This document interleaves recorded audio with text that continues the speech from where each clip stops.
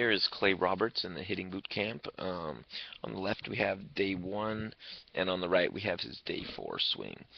So when we first start talking about the batting stance, I actually like his batting stance in day 1 better.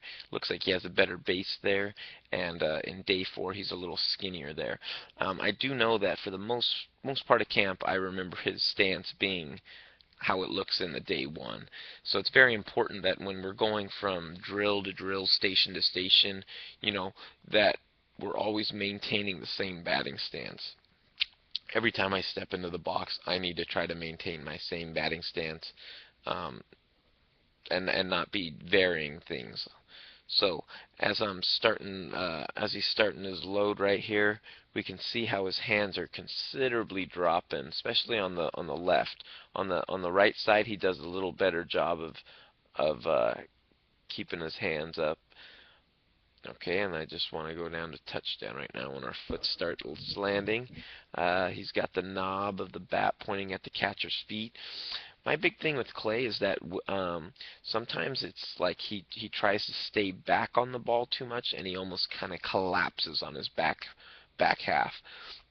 So when you're stepping forward, Clay, when you're doing your stride, try stepping just a little forward, a little more out to the pitcher, but you always got to be able to feel, and we've talked about this, the advancement of your back knee going the same distance as your front foot is. So if my front foot is moving a couple inches, I want that back knee to move a couple inches.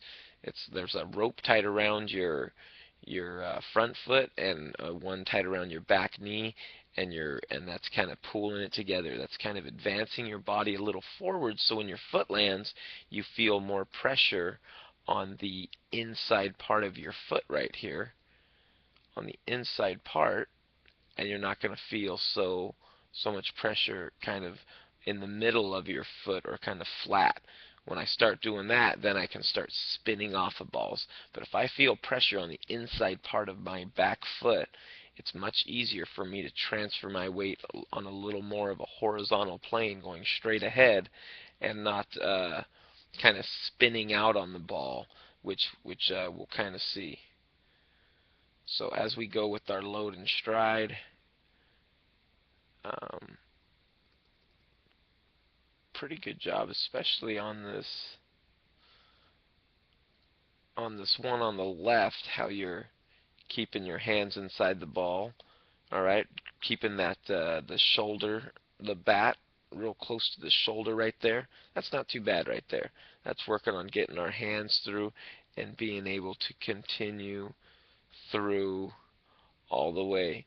You can see just getting a little bit around it on the one on the left right there, how the barrel comes out just slightly, a little early right there, and the other one on the final day is how we stay inside of a ball a little more.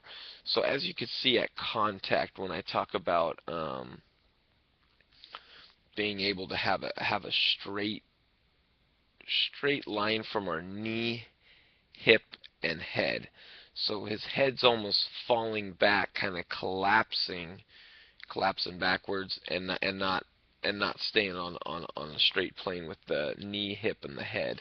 So that's something where I think that if he loads and strides a little better and gets a little more weight on the inside part of his foot, when he swings, he'll be able to use his lower half a little more, and that's going to keep him a little more centered and not kind of collapsing and falling back, where you can kind of open up early and roll around a ball. But as we see him going through in the rest of the swing here, the extension's not too bad, and there he is finishing. So Clay, I've definitely seen some big improvements in your swing. You just got to keep it going strong. And if you have any questions, you can always ask me. But just work on that load stride and try to maintain the same load stride from the tee to soft toss to short toss to front toss, all the way to live. So when you get in the game, we're working everything the same, and we're going to really be able to to be successful working that method. Okay, all right. Good luck.